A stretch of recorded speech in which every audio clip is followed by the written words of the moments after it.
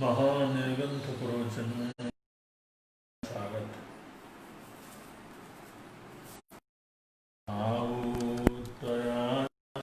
शन और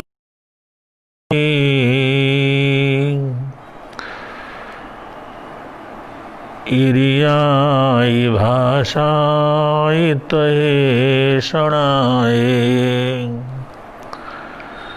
आयाण निखेव दुगन क्षणाए न वीर जायम मणुजाय मग्गम न वीर जायम अणुजाय मग्गम।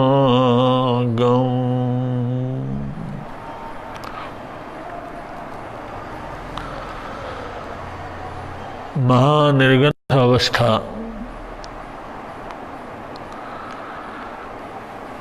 जो कि साधु की साधना की सर्वोच्च स्थिति है।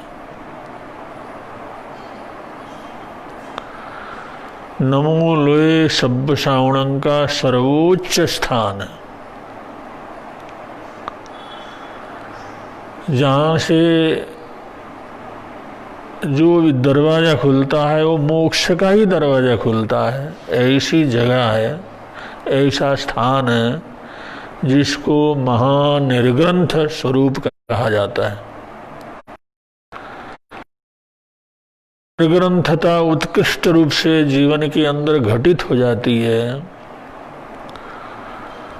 तो जब भी शरीर को छोड़ती है ये आत्मा तो सीधा मोक्ष का अधिकारी बन जाती है। ऐसा स्थान है, ऐसी साधना है, ऐसी जगह है, ऐसी जीवन की अवस्था है जिसको निर्ग्रंथ अवस्था कहा जाता है। तो निर्ग्रंथ अवस्था ये जीवन की बहुत ऊंची अवस्था है। उस तक पहुंचने के बहुत से मार्ग हैं। उन्हीं मार्गों का, उन्हीं साधना पद्धतियों का जैसा वर्णन महानिर्गंथ प्रवचन के अंदर दिया गया है वही आप लोगों के समक्ष प्रस्तुत किया जा रहा है। आउतया जशन अधिकावी इरियाई भाषाई तहे शणाए आयाण निखेव दुगन क्षणाए न बीरजायम अणुजाय। यहाँ पर कहा है यत्न। जीवन के अंदर यत्न और अयत्न। यत्न जैन धर्म का पारिभाषिक शब्द है। यत्न यत्न किसमें? पांचों समितियों में। पांच समिति की यत्न ये वीर प्रभु द्वारा प्रदर्शित निर्ग्रंथ परंपरा के अंदर जो धर्म की आराधना है उस महामार्ग के ऊपर अग्रसर होने का ये रास्ता है जिसको समिति की यत्ना कहा जाता है। समिति में अगर यत्न है तो उसकी गति ऊपर को उठती गति होती चली जाती है। अगर समितियों में अयत्न है तो उसकी गति निम्न से निम्नतर होती चली जाती है। तो हमने ऊंचा उठना है तो पांच समितियों में यत्न करना बहुत आवश्यक है। और ये यत्न या समिति ये सब सिर्फ साधु के लिए नहीं, ये श्रावक धर्म और श्रावक धर्म के लिए भी आवश्यक है। लेकिन उसकी साधना की पद्धति कमतर हो सकती है। लेकिन इन्हीं का अनुसरण एक श्रावक श्राविकाएं या बीतराग धर्म का अनुयायी कोई भी व्यक्ति हो, वो अपने जीवन के अंदर करता चला जाता है। तो 5 तरह की जो समिति में यत्न करने की प्रेरणा दी गई है, उसमें सबसे पहली समिति है इरिया समिति। इरिया में ऐषणा करना, इरिया में यत्न करना, यत्न पूर्वक। इरिया का मतलब चलना, उठना, बैठना, ये जो भी हमारे शरीर की जो हिलन चलन क्रिया होती है, जो हमारे शरीर का हिलन चलन क्रियाएं जो होती हैं, वो सब इरिया के अंतर्गत आते हैं, इरिया पथ। तो शरीर की चंचलता तो रहेगी, जीवन की जरूरत के अनुसार आदमी को जाना भी पड़ता है, आना भी पड़ता है, खड़ा भी रहना पड़ता है, रुकना भी पड़ता है, बैठना भी पड़ता है, कहीं लेटना भी पड़ता है। ये सभी कार्यों में निर्ग्रंथ साधुता की आराधना अभ्यास करने वाला साधक हमेशा यत्न रखता है। यत्न रखने का मतलब अपने कदम को आगे बढ़ाने से पहले थोड़ा देख लेता है, कोई जीव जंतु तो नहीं है, कोई कांटा पत्थर तो नहीं है, कोई ऐसी जगह तो नहीं है जहां पर पैर रखने से और कुछ परेशानियां पैदा हो सकती हों। तो ऐसे देख करके चलना, देख करके या पूछ करके, अगर कुछ ऐसा नहीं दिखाई देता है तो अपना औगा होता है, रजवरण होता है, या अपनी लट्ठी होती है, उससे थोड़ा देख करके जो है फिर चलना, यत्न करके,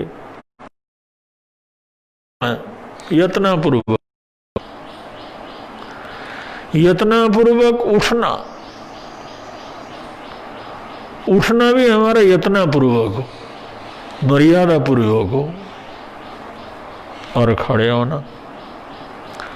होना भी उसी तरह से मर्यादित हो। अब ये चलना, उठना, बैठना, खड़े होना, सोना, इसके पीछे धार्मिकता तो है, जागरण भी है, यत्न रखना। इसमें एक तो अहिंसा, भाई हमारे चलने से, फिरने, उठने से, बैठने से, सोने से किसी भी जीव जंतु प्राणी जगत की हिंसा न हो, उनको तकलीफ न पहुंचे। क्योंकि अनावश्यक किसी को तकलीफ देने की क्या जरूरत है। भाई कोई हमारा अपराधी है, कोई हमारे को तकलीफ दे रहा है, कोई हमारे को परेशान कर रहा है, हमारे को जान लेने के लिए तैयार है, तब तो वहां पर उसका प्रतिकार करना, या उस प्रतिकार के अंदर उसको कोई तकलीफ हो तो भी सहज रूप से सोचा जा सकता है। भाई हम तो आत्मरक्षा कर ही रहे थे, उसके लिए उसको तकलीफ हुई। लेकिन अगर ऐसी कोई भी बात नहीं है, तो जैसे हम इस दुनिया के अंदर प्राणी हैं, ऐसे संसार के हर प्राणी को जीने का अधिकार है। जैसे हमारे देश कि सभी लोगों को जीने का अधिकार है, सभी लोगों के मौलिक अधिकार हैं, कोई भी किसी के मौलिक अधिकार को छीन नहीं सकता। कुछ का कहीं आना हो, जाना हो, कमाई करना हो, या कोई धंधा पानी करना हो, कहीं पर उसने जमीन जायदाद वगैरह लेना हो, परिवार का पालन पोषण करना हो, काम कारोबार करना हो, तो ये मौलिक अधिकार है। शिक्षा प्राप्त करना हो, या किसी चीज को कोई अच्छी चीज नहीं है तो उसके विरोध के अंदर बोलना हो, ये सब मौलिक अधिकार है। भाई उसको इलाज करवाना है, दवाई वगैरह लेना है, काम धाम करना है, कमाई करना है, परिवार का पालन पोषण, इसके सारे अधिकार जीवन के लिए जो जरूरी हैं, उन अधिकारों को सरकार ने संविधान के माध्यम से, देश के संविधान ने यहाँ भारत के अंदर रहने वाले प्रत्येक नागरिक को मौलिक अधिकार प्रदान किया हुआ है। उस मौलिक अधिकार के अनुसार हम कोई भी नागरिक ऐसा कोई काम नहीं कर सकता जो उसके अड़ोसी, पड़ोसी, नगर निवासी, किसी भी दूसरे नागरिक को परेशानी हो, दूसरे नागरिक को तकलीफ। ये हमारी नागरिकता है कि देश में जितना अधिकार हर आदमी, चाहे छोटा है चाहे बड़ा है, स्त्री या पुरुष है, धनवान है या गरीब है, किसी भी अवस्था में हो, लेकिन जो समानता के अधिकार हैं, मौलिक अधिकार हैं, वो मौलिक अधिकार सबके समान है। राजा के भी, प्रजा के भी, बड़े के भी, छोटे के भी, सबके समान अधिकार है। तो ये संविधान ने दिया हुआ है। तो ये समझ लो जैसे भारतीय संविधान ने प्रत्येक व्यक्ति को मौलिक अधिकार दिए हुए हैं, ऐसे हमारे श्रमण संस्कृति के शास्त्र ने, हमारी श्रमण संस्कृति ने, हमारी जैन संस्कृति ने प्रत्येक प्राणी को, प्रत्येक जीव जंतु को, उनको भी मौलिक अधिकार प्रदान किया। ये हमारे शास्त्र, ये हमारे आगम, ये हमारे आगम ग्रंथ जिसको निर्मित है, ये जो वाणी है, ये जो हमारा धार्मिक संविधान है, इन्होंने सारे प्राणियों को मौलिक अधिकार प्रदान किए हुए हैं। जैसे भारतीय दर्शन, भारतीय संविधान ने हर आदमी को, चाहे हिंदू हो, चाहे मुसलमान हो, चाहे गरीब हो, चाहे अमीर हो, किसी भी कौम का हो, किसी भी रूप में हो, जो यहाँ का अगर नागरिक है तो उसके अधिकार सबके समान अधिकार। तो अगर ये नागरिकता का ही अगर हम पालन करें तो हमारे जीवन में एक इंसानियत का, बहुत अच्छा इंसानियत का विकास हो सकता, इंसानी समझ हमारी बढ़ सकती है। कम से कम इंसान के तौर पर वातावरण बन सकता है जिससे कहीं भी किसी भी प्रकार का दंगा हो, फसाद हो, लड़ाई हो, झगड़ा हो, तो हो, मैं हो, ये सारी चीजें खत्म हो जाती हैं अगर संविधान के अनुसार मौलिक अधिकारों को समझ करके हम अपने मौलिक अधिकारों का प्रयोग करते हुए दूसरे के मौलिक अधिकारों का हनन भी न करें। ये हमारी भारतीय संस्कृति का, ये भारतीय संविधान का एक आदेश है। भारतीय संविधान के अनुसार प्रत्येक व्यक्ति को जीने का और जीने के साधन उपलब्ध करने का उसको अधिकार है, लेकिन उस अधिकार के लिए दूसरे के अधिकारों का हनन करने का उसको कोई अधिकार नहीं है। अपने मौलिक अधिकारों का वो प्रयोग करते हुए उसको ये भी जो है कर्तव्य हो जाता है कि दूसरे के मौलिक अधिकारों का हनन न करे। तो इसको एक नारे के रूप में बोला जाता है, जियो और जीने दो, जियो और जीने दो, जियो और जीने दो। ये हमारी संस्कृति है। तो हमारी श्रवण संस्कृति के अनुसार, श्रवण परंपरा के अनुसार, ये 5 समिति का जो विधान है, इसके अनुसार इस दुनिया के अंदर रहने वाले, हमारे घर में, हमारे घर के आसपास में, हमारे खेत खलिहान में, जहाँ पर हम रहते हैं, वहाँ पर रहने वाले मनुष्य से एतर जो जीव जंतु हैं, पशु है, पक्षी हैं, जीव हैं, जंतु हैं, कीड़े हैं, मकोड़े हैं, जितने भी जीव जंतु, आलतू फालतू, जो कोई पौधा है, कोई हरियाली है, पेड़ है, ये सारी चीजें जो भी लिविंग बींग्स हैं, वो सारे लिविंग बींग, उनको भी जीने का अधिकार देना ये दिया हुआ है। तो उनके इस जीने के अधिकार को नहीं छीनना, ये इरिया समिति कहलाती है कि हमारे चलने से, हमारे उठने बैठने से, हमारे सोने से, हमारे आने जाने से किसी भी प्राणी के को तकलीफ न पहुँचे, ऐसा विचार करते हुए जो हम अपना उठना बैठना चलना फिरना करते हैं, इसको इरिया समिति की आराधना कहा जाता है। अब ये इरिया समिति की आराधना अगर इसमें यत्न हम रखते हैं तो हजारों प्रकार के पापों से हमारा बचाव होता है और हमारी आत्मा पवित्र होती है, हमारा सोच पवित्र हो जाता है। हम छोटी सी बात उठने बैठने में छोटे छोटे प्राणियों के उनके दुख दर्द का भी ध्यान रखेंगे तो फिर और बड़े पाप की तो संभावना हमारे जीवन के अंदर रहती नहीं है। तो ऐसे इरिया समिति की यत्न करना, इरिया समिति को याद रख करके आगे बढ़ना, ये जो है निर्गंथपने को प्राप्त करने के लिए बहुत आवश्यक है। और इसी प्रकार इरिया समिति के बाद आता है भाषा समिति। भाषा का मतलब है बोलना,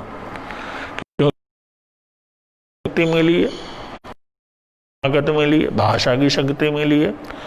और ये भाषा की शक्ति मिलने के कारण ही हमारा जो है ये विकास हुआ है। मनुष्य का और प्राणियों के में और मनुष्य में अंतर यही है कि हमारी विकसित भाषा है, वचन की बहुत बड़ी ताकत है, भाषा की शक्ति हमारे को मिली है। तो भाषा समिति, जो मनुष्य को भाषा की शक्ति मिली है, बोलने की शक्ति मिली है और अपने भावों को अच्छी तरह से प्रकट करने की ताकत मिली है। भावना, दुख दर्द, अनुकूलता प्रतिकूलता, अपनापन परायपन, प्रेम या द्वेष, ये तो हर प्राणी के अंदर है, हर पशु के अंदर है।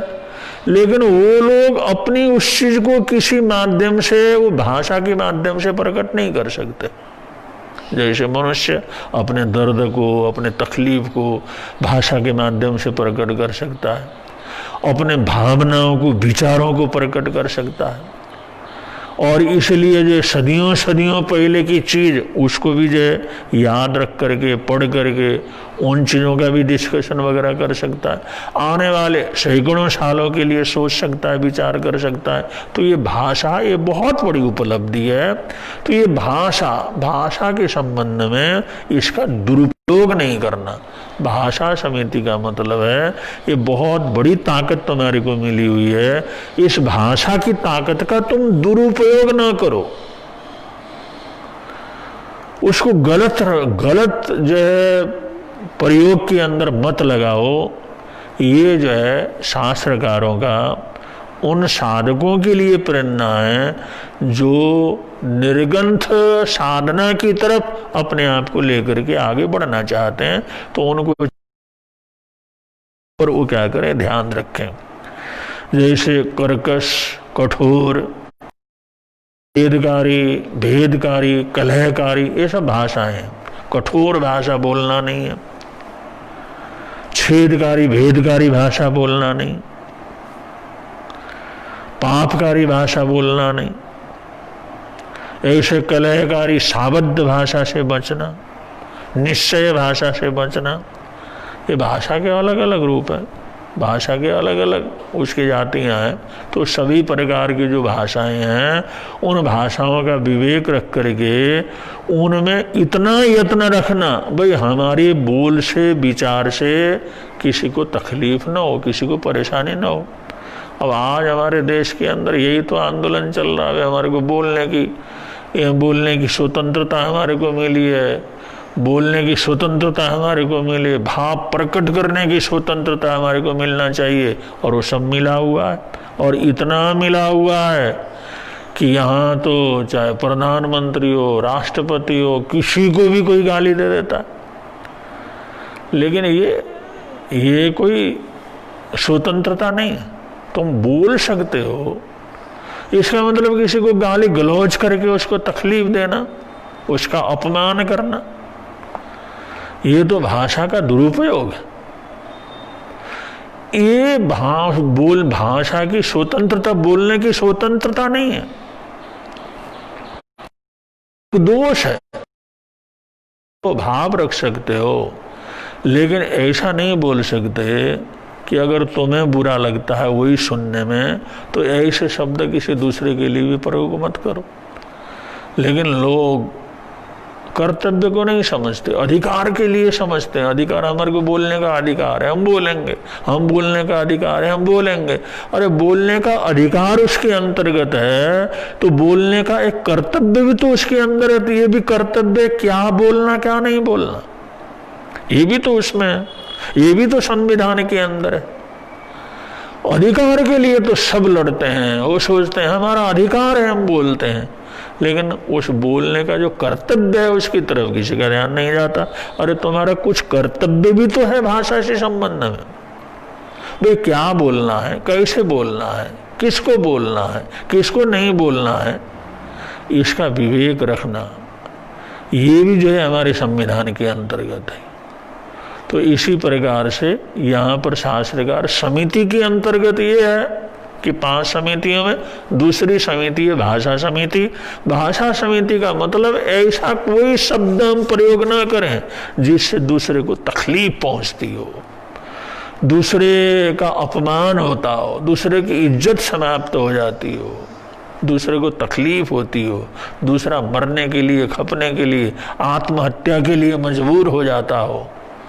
इस प्रकार की भाषा का प्रयोग नहीं करना। कोई सत्य बोलना है, सत्य को भी प्रेम से बोला जा सकता है, सत्य को भी एक आदर के साथ बोला जा सकता है।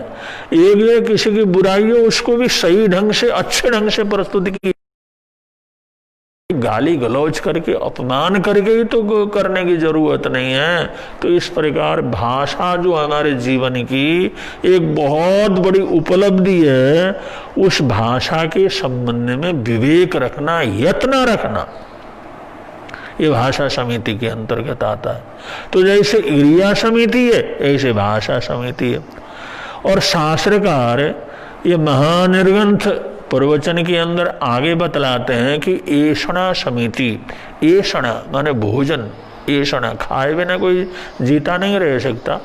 जीवन जीने के लिए खाना जरूरी है, रोटी जरूरी है, भोजन जरूरी है। अगर भोजन की जरूरत ही न होती, बिना खाए अगर चलता काम, तो ये कुछ करने की जरूरत ही नहीं थी।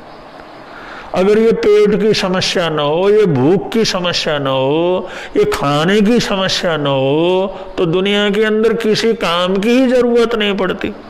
आखिर दुनिया में जितना भी भाग दौड़ है, जितने भी काम धाम है, जितना भी है, सबसे पहला भूख को शांत करना, प्यास को शांत करना, भूख प्यास की शांति के लिए, भोजन की प्राप्ति के लिए, कि सबसे पहले जीवन के अंदर जीने की जरूरत में जो रोटी है, रोटी कपड़ा मकान में, तो सबसे पहले जीवन की जो रोटी है, पेट की समस्या है, भूख की समस्या है, उस भूख की समस्या को दूर करने के लिए ये तो सबकी मजबूरी है, चाहे गृहस्थ हो, चाहे सामान्य हो,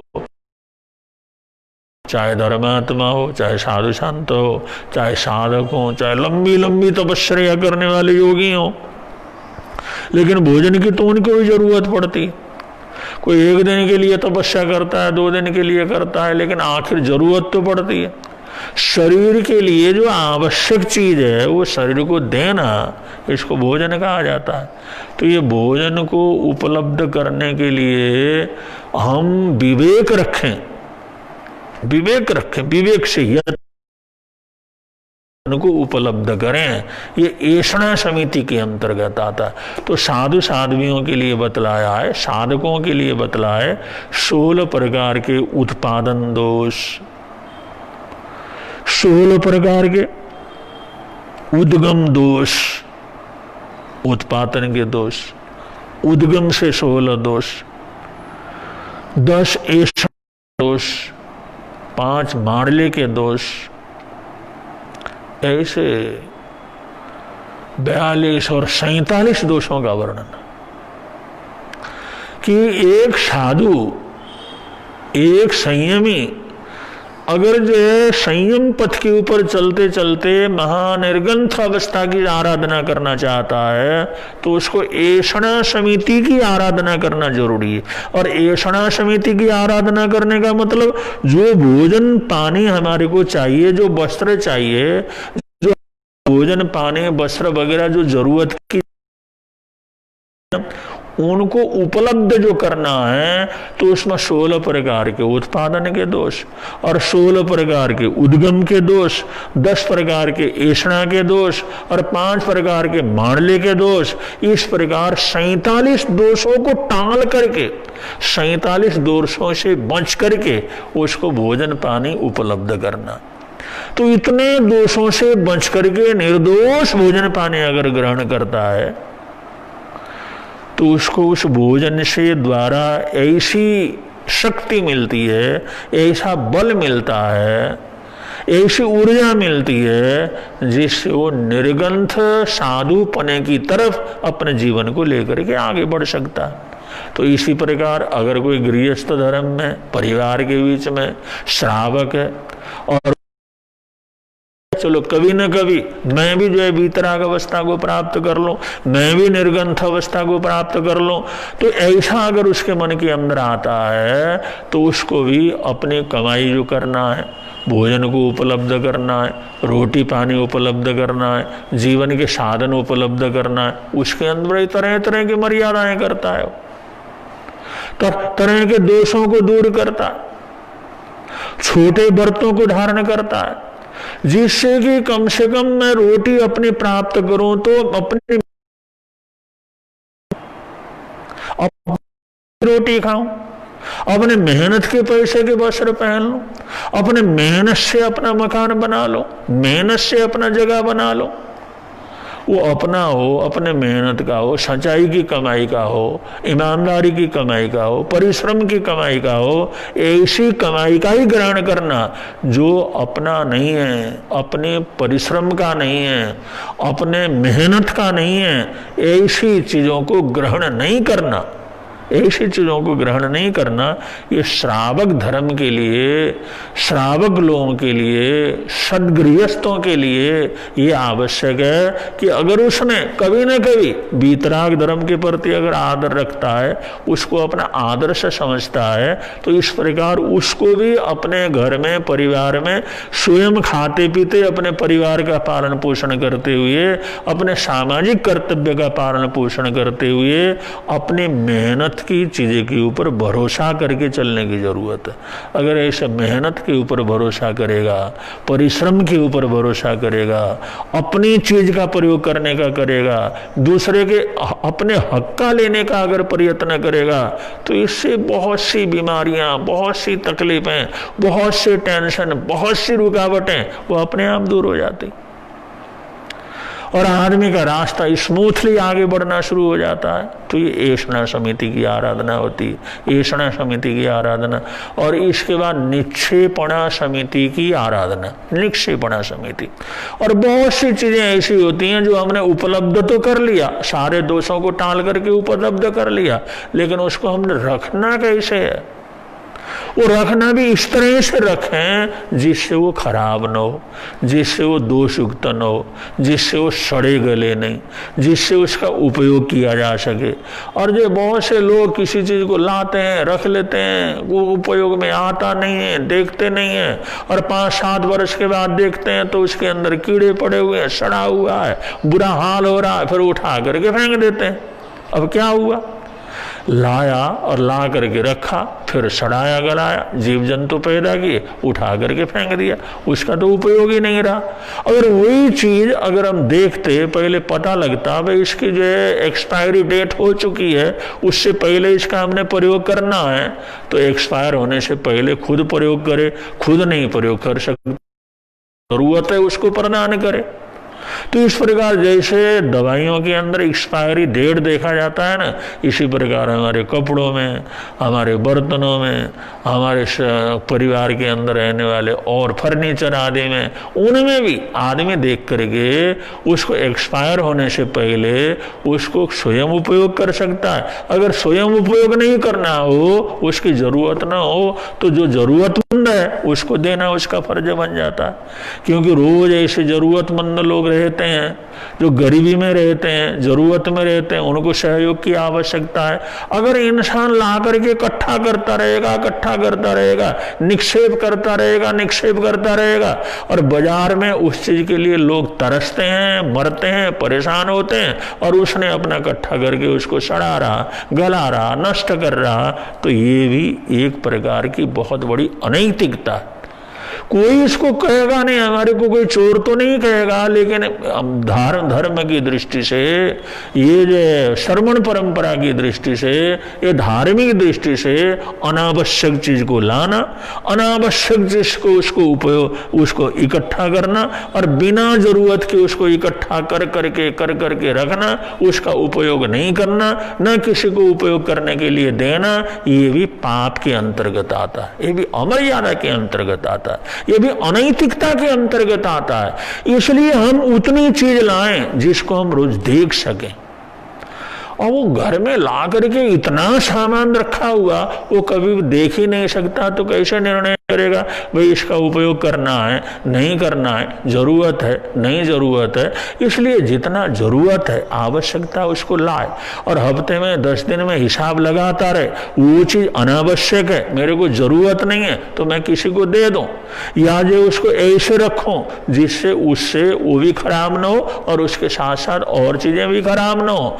ऐसे इकट्ठा करने की जो प्रवृत्ति है, और जो इकट्ठा करना जरूरत है कल के लिए, परसों के लिए, परिवार है, सभी हैं, तो बस करते हैं, चीजें रखने पड़ती हैं, रखो, लेकिन कम से कम देखो तो सही, उसका हिसाब तो लगा लो।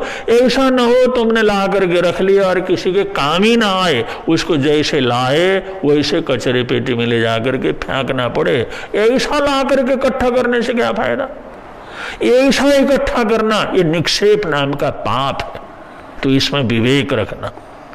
और ऐसे जो है रखते समय भी विचार रखना, कहाँ रखना है, कौन सी चीज को कहाँ रखना है, कैसे रखना है। अगर रखने की जगह नहीं है तो उसको उपयोग कैसे करना है, अगर हमारे उपयोग में नहीं आता तो किसी दूसरे के उपयोग के अंदर उसको देना, किस तरह से कब देना है, ये सारा विवेक रखना। अगर ऐसा विवेक आदमी रखे तो किसी भी आदमी को जरूरत की चीजों से बेहरूम नहीं होना पड़ेगा।